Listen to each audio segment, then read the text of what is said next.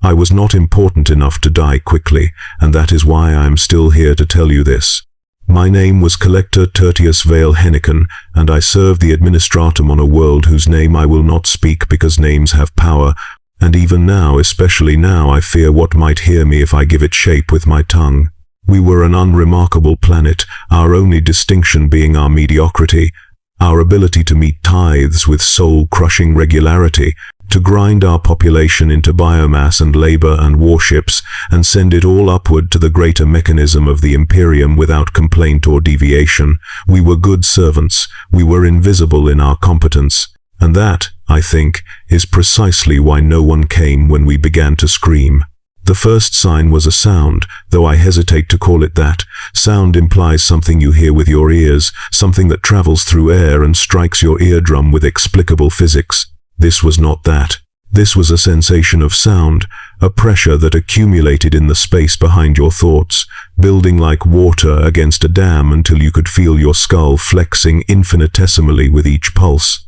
I first noticed it during the third shift recalibration, when the hab block cooling system cycled down and the usual cacophony of industrial noise dropped to a manageable roar. In that brief window of relative quiet, I heard it or felt it, or somehow knew it was there, a rhythm that matched no machinery I recognized. It was patient, it was intentional, it was breathing.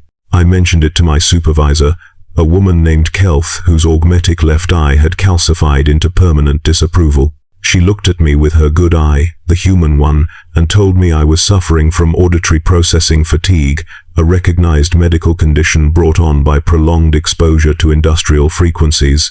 She prescribed me a week of reduced shifts and double prayer rations. I took both. The sound remained. It grew clearer, not louder, as though my ears or whatever organ actually perceived it were learning its language. At night, in my compartment, I would lie on my thin mattress and feel it pulse through the metal walls, through the floor, through the recycled air that tasted of copper and other people's exhalations. The rhythm was almost familiar, almost comfortable, and that frightened me more than any screaming could have. Others began to notice, though they did not call it sound. Morven, who worked the protein synthesis vats, said he felt a pressure in his sinuses that never went away, even when he was topside breathing unfiltered air. Tess, from the munitions tallying office, complained of persistent headaches that started at the base of her skull and radiated forward, pushing against the backs of her eyes. The medical servitors offered the same diagnosis to everyone: stress, fatigue, insufficient vitamin D analog, prayer deficiency. When Morven pushed the issue, when he insisted something was genuinely wrong with the environment, they took him for extended psychological evaluation. His bunk was reassigned within 48 hours. We learned not to push. The dreams came next, or perhaps they had always been there and we simply began remembering them. I would find myself walking through corridors that did not exist in any schematic I had memorized, though I had spent 6 years studying the hab block layouts for evacuation protocols. The walls in these dreams were not the standard Imperial gray, but something that shifted between colors I could not name, hues that existed in the spaces between recognized wavelengths. The light sources had no origin. The air had weight, and always, at the end of the corridor, there was a door. Not an Imperial door with its pneumatic seals and machine spirit blessing, but a door that looked grown rather than built, its surface covered in patterns that might have been decorative or might have been text in a language my conscious mind refused to parse. I never opened the door in those early dreams. I would stand before it, feeling its presence like a magnetic field against my skin, and then I would wake with my hands clenched and my jaw aching from grinding my teeth. But others were braver, or more curious, or perhaps simply more susceptible. Tess told me, 3 days before she disappeared, that she had opened her door. Behind it was a room that contained everything she had ever lost: childhood toys she had not thought of in decades, a lover's face she could no longer recall when awake, the sensation of sunlight on skin before the atmospheric processors had choked the sky with industrial exhaust. She said she stood in that room for what felt like hours, and when she emerged back into the corridor, she understood something fundamental about the universe that she could not articulate in human language. Her eyes, when she told me this, were wet with tears she did not seem to notice. I reported her. I am not proud of this, but I reported her, because that is what we were trained to do. what generations of Imperial conditioning had written into our reflexes. Trust the system. Report the aberration. The Imperium endures through vigilance. Tess was gone by the next shift, and her name was expunged from the duty roster as though she had never existed. I told myself I had saved her, that early intervention might preserve her soul even if her body was forfeit to whatever corrective measures the administratum deemed necessary. I told myself many things. None of them helped me sleep. The sky began to change, though change is too gentle a word for what happened. I was topside on document courier duty, riding the industrial elevators up through 300 levels of compressed humanity and machinery, when I emerged onto the transit platform and saw it. The sky, which had been the standard grey-brown of a properly industrialized world, now held streaks of something else. They moved independent of wind patterns, flowing across the cloud cover like oil on water, refracting light in ways that made my eyes hurt and my stomach clench. I was not the only one staring. A dozen workers stood motionless on the platform, faces upturned, mouths slightly open. One of them, a loader servitor with enough biological components remaining to count as partially human, was making a sound, a low, continuous moan that matched the rhythm of the pressure sound I felt in my skull. The Arbites arrived within minutes, their shock mauls already energized. They did not ask questions. They struck everyone on the platform who was not actively moving, and they struck hard enough to ensure compliance. I ran before they reached me, clutching my document case, my legs pumping with a terror I could not fully articulate. Behind me, I heard the wet sounds of mauls meeting flesh, heard the servitor's moan cut off mid-note, heard the Arbite sergeant shouting about unauthorized assembly and suspicious collective behavior. I did not look back. I delivered my documents, signed the requisite forms, and took the next elevator down into the hive's depths, where the sky was a theological concept rather than a visible threat. But I had seen it. We had all seen it. And the seeing had changed something, had crossed some threshold in our collective awareness that could not be uncrossed. People began gathering in the communal spaces, not to talk but simply to stand together, to share proximity without purpose. The overseers initially dismissed it as shift change congestion, but the gatherings grew larger, longer, more frequent. I watched 100 workers stand in the primary corridor for 3 hours, swaying slightly, breathing in unison, saying nothing. When the Arbites tried to disperse them with shock mauls, the crowd simply absorbed the strikes and reformed elsewhere, like water flowing around stones. The official mandate came down from the planetary governor's office. Mandatory morale assemblies, twice per week. Attendance verified by biometric scan. Non-compliance would result in immediate demotion to servitor candidate status. We attended. We had no choice. The assemblies were held in the primary manufactorum cathedral, a space large enough to hold 15,000 workers beneath its vaulted ceiling, its walls decorated with frescoes depicting the emperor's glory in the form of perfectly rendered machinery and orderly human sacrifice to the cause of production. But the preachers who addressed us were not our usual clergy, the tired, cynical men and women who recited rote prayers while mentally calculating their stipends. These were new faces, brought in from somewhere else, their vestments too clean, their eyes too bright, their voices carrying a conviction that felt less like faith and more like hunger. They spoke of liberation. They spoke of rebirth. They spoke of shedding the unnecessary weight of order, of duty, of the grinding mechanism that turned human souls into cogs and discarded them when they wore out. At first, I was horrified.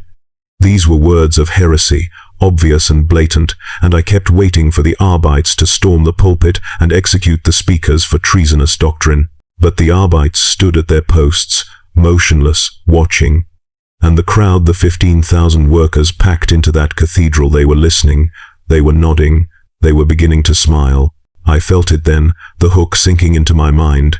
The preacher's words were not just sounds, they carried weight, they carried intention. They were barbed and precise, and they found the soft places in my consciousness where doubt had already taken root. Because I did doubt. We all doubted. How could we not? We worked ourselves to exhaustion for an Imperium that would never know our names, for an emperor who might be a corpse, or might be a god, or might be both, or might be neither. We were expendable, and we knew it, And that knowledge was a wound that had never healed, only scarred over with layers of enforced faith and fear. The preacher's eyes, I can still see them, even now, even after everything, were not entirely human. The irises caught the light wrong, reflecting in colors that should not exist in biological tissue. When he looked at me, and he did look at me, directly, as though he could see through the 15,000 other bodies to find me specifically, I felt something warm and wrong bloom in my chest. It was not love, not exactly, but it was a form of recognition, of being seen and acknowledged after a lifetime of invisibility. It was intoxicating, it was obscene. I felt tears on my face and realized I was smiling. I reported the assembly. I went directly from the cathedral to the Arbeits precinct station and filed a formal heresy complaint, providing names, descriptions, verbatim quotes of the treasonous speech. The duty officer, a man with a jaw like an anvil and augmetic hands that could crush ceramite, took my report without expression. He entered it into the cogitator system, watched the screen scroll through processing protocols, and then looked at me with something that might have been pity. "Complaint registered," he said. "Investigation pending. Return to your duties, citizen." I waited for more. I waited for the immediate response, the armed teams mobilizing, the righteous fury of Imperial justice descending on the heretics. Instead, the duty officer gestured toward the door, and when I did not move fast enough, his hand moved to his shock maul. I left. I returned to my compartment. I lay on my mattress and felt the pressure sound pulse through the walls, stronger now, clearer, almost melodic. And I realized, with a clarity that made my hands shake, that my report would go nowhere, would sink into the bureaucratic machinery and vanish, because the machinery itself was compromised. The infection had spread into the system's organs, and the system was no longer trying to purge it. The sky cracked open on a Tuesday, though Tuesday is a meaningless designation now, a fragment of structure clinging to a mind that has forgotten why structure mattered. I was topside again, against my preferences but at the mercy of courier rotation scheduling, when I felt the pressure sound crescendo into something that made my teeth vibrate and my vision blur. Everyone on the transit platform stopped moving. We all looked up. The sky, which had been merely wrong before, now tore itself apart. There is no other way to describe it. The clouds split like fabric, and behind them was not void, not the clean darkness of space, but something that moved with intention, something that had texture and depth and geometry that violated the mathematics I had learned in standard Imperial education. The colors that bled through the tear were not colors, they were the concept of color, the platonic ideal of hue, and they hurt to perceive because human neurology was not designed to process them. The air itself changed flavor. I tasted copper and rot, tasted something sweet underneath that made my saliva thick and my stomach turn. The gravity fluctuated, not dramatically but enough to make my inner ear scream confusion, enough to make the ground feel unreliable beneath my feet. People around me dropped to their knees, not in prayer but because their bodies had forgotten how to stand. A woman next to me, a transit scheduler I had seen but never spoken to, began to vomit, a thin stream of bile that floated upward in defiance of physics before splashing back down across her face. She did not seem to notice. Her eyes were fixed on the sky, and she was smiling. I felt them then. Not saw, not heard, felt. Fingers brushed across my mind, impossibly large, vast beyond comprehension, testing the edges of my consciousness the way you might test fruit for ripeness. The sensation was not painful, not exactly, but it was violating in a way that made every nerve in my body scream protest. I was being examined. I was being considered. I was being judged by criteria I could not understand. And the worst part, the part that made me bite through my lip hard enough to taste blood, was that some part of me welcomed it. Some dark, secret corner of my psyche opened like a flower toward that alien attention, desperate for recognition, for meaning, for anything other than the grinding anonymity of my previous existence. The warp had been pressing against our reality for weeks, perhaps months. I understood that now. It had been testing us, preparing us, softening the boundaries between what was and what could be. And now, with the sky torn open like a wound that would never heal, it was not pressing anymore. It was entering. It was here. And we were no longer residents of a material universe governed by physics and time. We were inhabitants of something else, something fluid and hungry and impossibly old. I ran.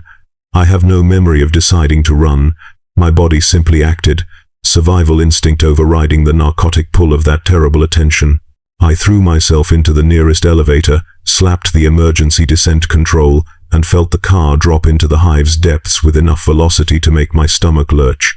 Behind me, through the elevator's observation port, I saw the platform I had just abandoned. People were rising into the air, not flying but being drawn upward like iron filings toward a magnet. Their bodies stretched as they ascended, elongating in ways that should have killed them but somehow did not, their screams doppelering into frequencies I could no longer hear. The sky pulled them through the tier, and they vanished into color and motion and geometry that had no name. The elevator deposited me on sub-level 62, deep enough that the structural metal was warm from the heat of the planet's mantle, deep enough that the air tasted of minerals and ancient stone. I stumbled into the corridor and found chaos. Not chaos, not yet, not quite, but the human panic that precedes revelation. Workers were streaming through the passages, some fleeing toward the lower depths, others running upward toward the sky they could not possibly survive.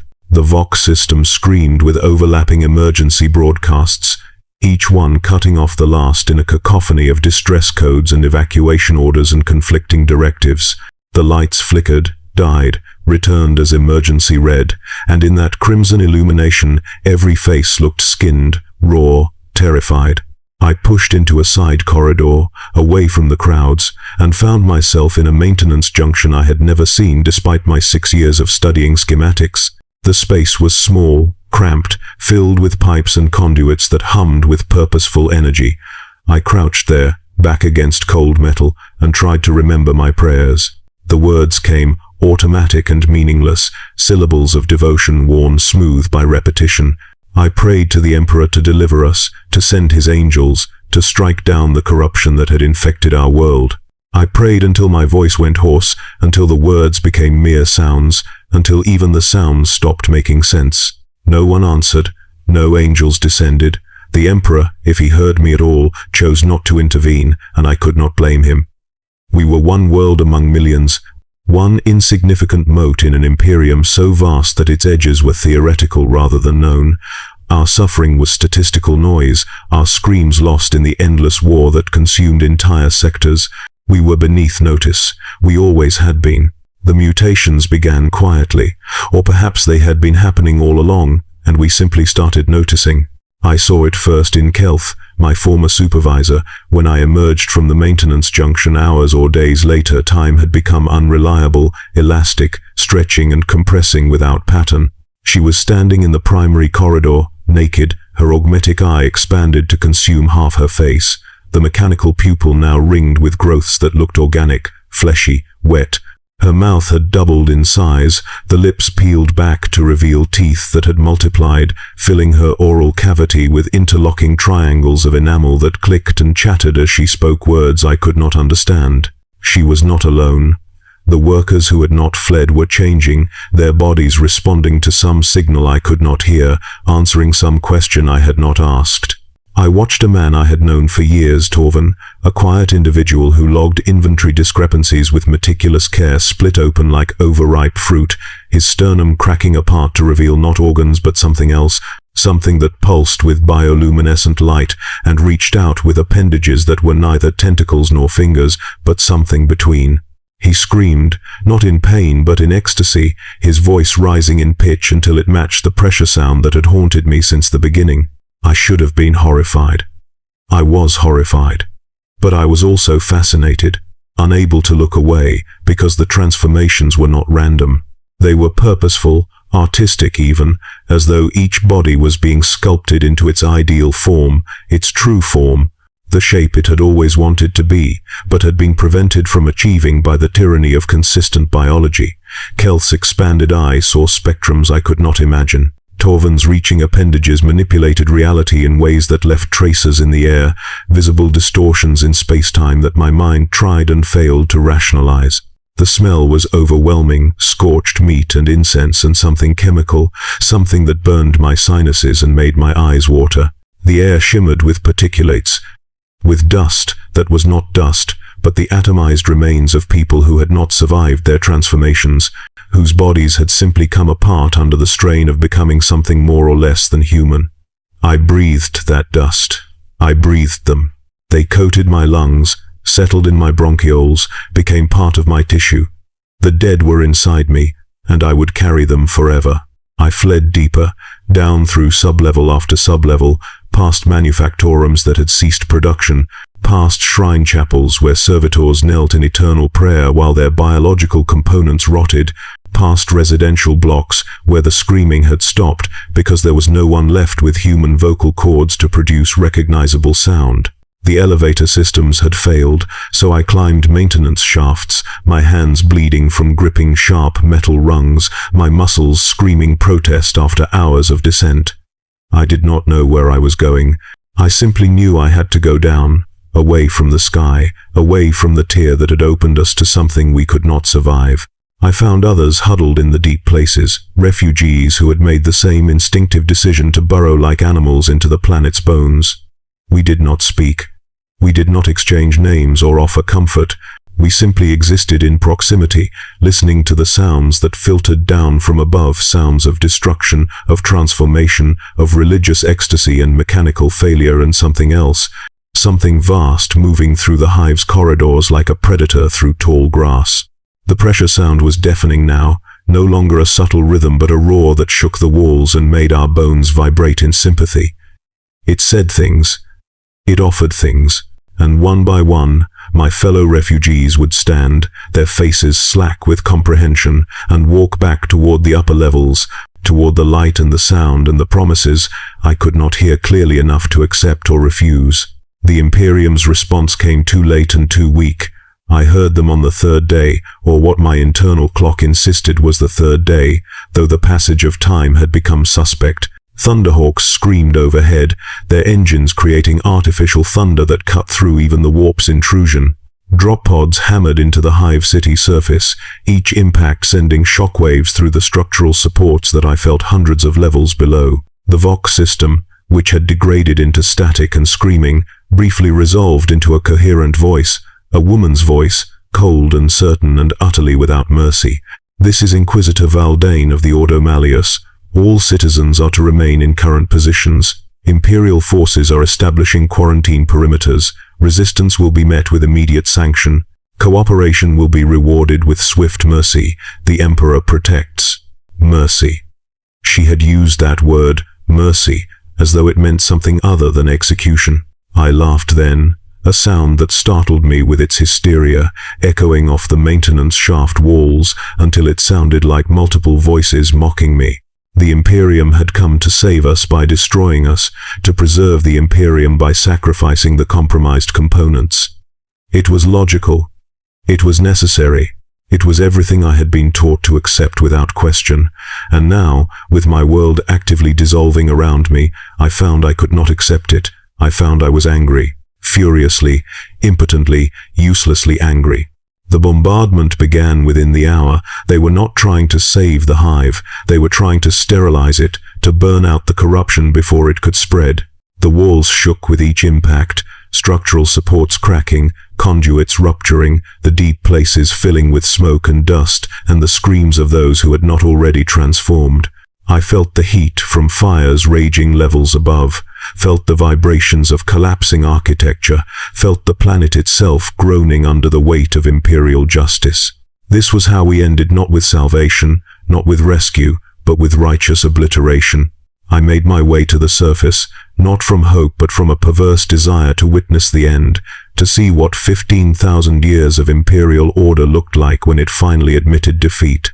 I climbed through shattered levels, past bodies that were no longer recognizable as human or as anything else, past walls that had grown mouths and spoke in languages that made my ears bleed. The pressure sound had become my heartbeat, synchronizing with my pulse until I could no longer distinguish where I ended and it began. I was infected. I knew it with absolute certainty.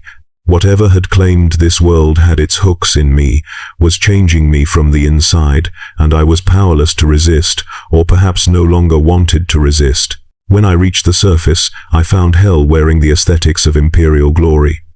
Drop pods littered the landscape, their hulls already corrupting, organic growth spreading across ceramite like cancer.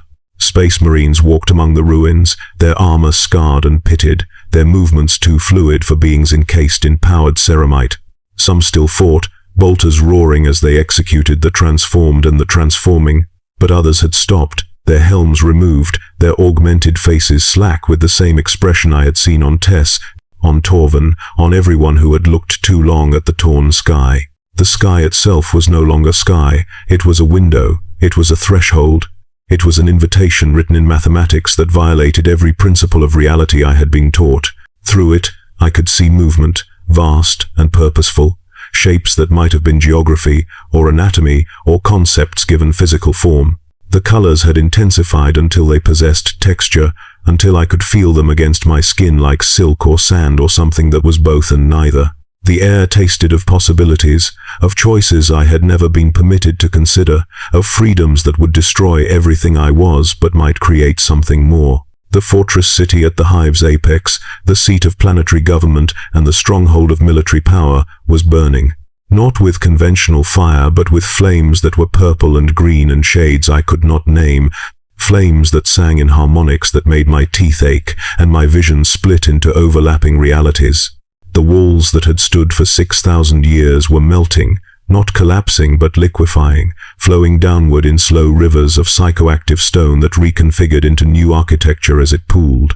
Towers twisted upward in defiance of gravity, their surfaces covered in script that I could almost read, that promised answers to questions I had not known I was asking. I found a squad of guardsmen huddled in a bunker that had been breached from below, their lasguns aimed at a hole in the floor that exhaled humid breath and whispered promises. They had been here for days, perhaps unable to flee and unwilling to descend, caught between duties and survival. When I stumbled into their line of fire, they did not shoot. They simply looked at me, their eyes hollow with exhaustion and something worse than fear comprehension.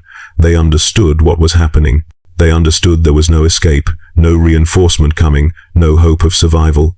One of them, a corporal with prayer papers peeling from his flak armor, asked me a question. "Does it hurt, the changing?" I did not know how to answer. I looked at my hands, really looked at them for the first time in days, and saw that my fingertips had begun to split, hairline fractures spreading across the skin in patterns that resembled circuitry or ritual scarring. It did not hurt. It felt right, felt like becoming, felt like an answer to a need I had carried my entire life without acknowledging. I told him the truth. "No, it feels like coming home." He nodded, set down his lasgun, and walked to the hole in the floor. He descended without hesitation, without looking back, and the whispers from below rose in pitch, welcoming him. One by one, the rest of the squad followed. I stood alone in that bunker, listening to their screams transform into something that might have been laughter or singing or both, and I knew my turn was coming, was inevitable, was already happening whether I acknowledged it or not. The planet was dying, or being born, or both simultaneously. The oceans boiled away, replaced by churning pits of liquid that reflected light in ways water never could, that contained depths which extended into dimensions I had no framework to perceive. Mountains rose where there had been plains, not thrust up by geology but grown like crystals, their surfaces faceted and luminous, and covered in eyes that wept substances I did not want to identify. Cities twisted into new configurations, buildings merging and splitting, the accumulated architecture of millennia repurposed into temples and theaters and torture chambers whose functions overlapped until they were indistinguishable. Time became negotiable. I would take a step and experience hours of memory I had never lived, childhoods in cultures that never existed, deaths I had not yet died, loves with entities that had no form I could comprehend. I would blink and find myself in a different location with no memory of traveling, as though space itself had reconfigured around me rather than me moving through it. My body continued changing, slow enough that I could catalogue each alteration but fast enough that I could not stop it. My spine elongated, my ribs multiplied, my vision expanded into spectrums that revealed the universe was far more crowded than I had ever imagined. populated with things that moved through the spaces between atoms and fed on emotions and regarded material reality as a quaint limitation. I tried to pray, one final time, not from faith but from nostalgia for the person I had been, the person who believed prayers mattered. The words came out wrong, twisted, rearranged into something that was not low Gothic or high Gothic, but a language I should not know, had never studied, that bypassed my linguistic processing and wrote itself directly into my brain. The syllables tasted of honey and ash. Speaking them made my mouth bleed, but I could not stop.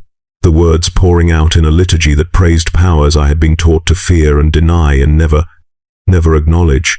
When I finished, the sky answered, not with words, not with presence, with recognition. I felt seen, truly seen, not as a statistical unit or a labor resource or a name on a duty roster, but as an individual consciousness, unique and valuable and worthy of attention. It was everything I had craved my entire life. The validation I had sought in meticulous work and careful compliance, and desperate faith in an Imperium that had never once looked at me as anything other than fungible biomass. And now, at the very end, something looked at me and saw me and knew me and found me acceptable. I wept. I wept from grief and gratitude and the terrible understanding that this moment, this recognition from forces beyond sanity, was the most authentic love I had ever experienced. The final transformation came not as violation, but as invitation. My body, which had been resisting the changes with diminishing success, finally surrendered, and I felt my cells reorganize, my organs reconfigure, my nervous system rewire itself into patterns that could process realities my previous form could never have survived. The pain was exquisite, transcendent, a sensation so intense it burned away everything I had been and left only what I was becoming. I was dissolving. I was evolving. I was being unmade and remade simultaneously.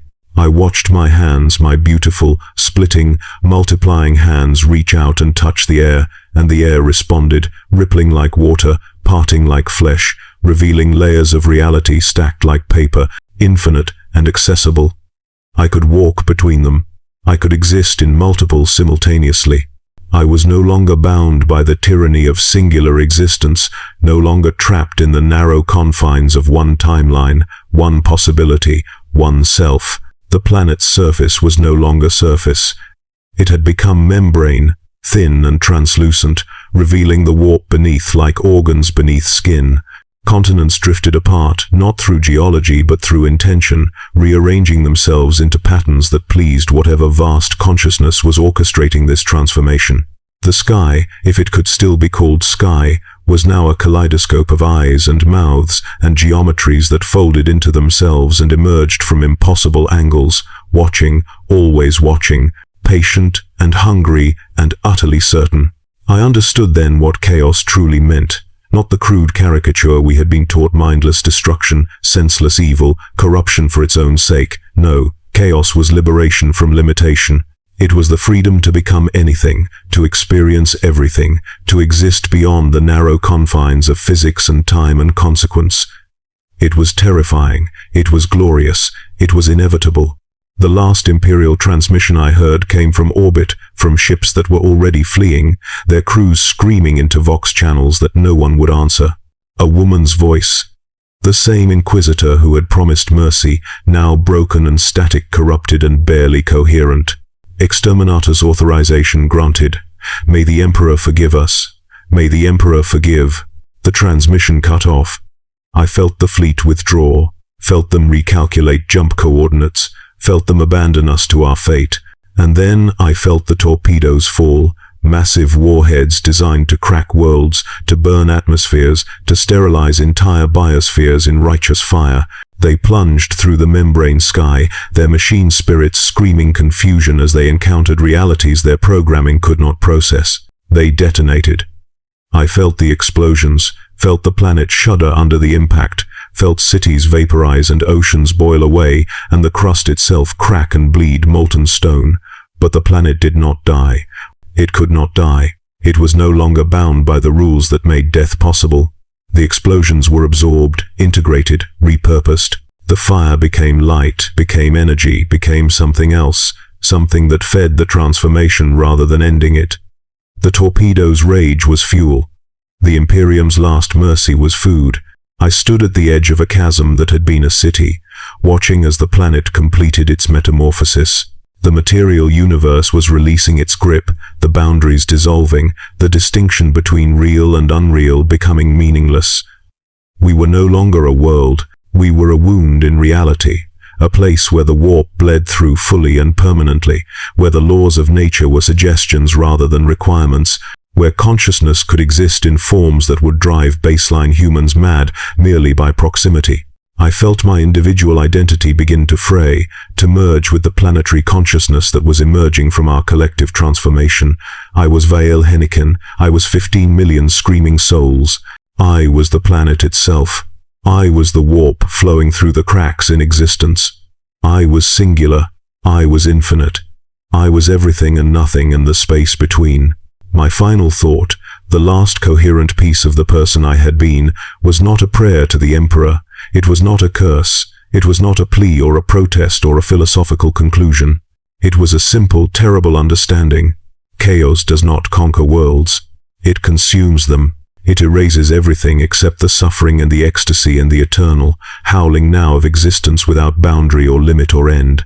And I, who had been nothing, who had been invisible, who had been less than dust in the machinery of the Imperium, I was finally, truly, horrifyingly free. The planet screamed my liberation into the void, and somewhere in the Imperium, on 1,000 other worlds just like mine, someone felt a pressure sound begin to build behind their thoughts, patient and intentional and inevitable, and they wondered if it was just the machinery, just fatigue, just their imagination playing tricks.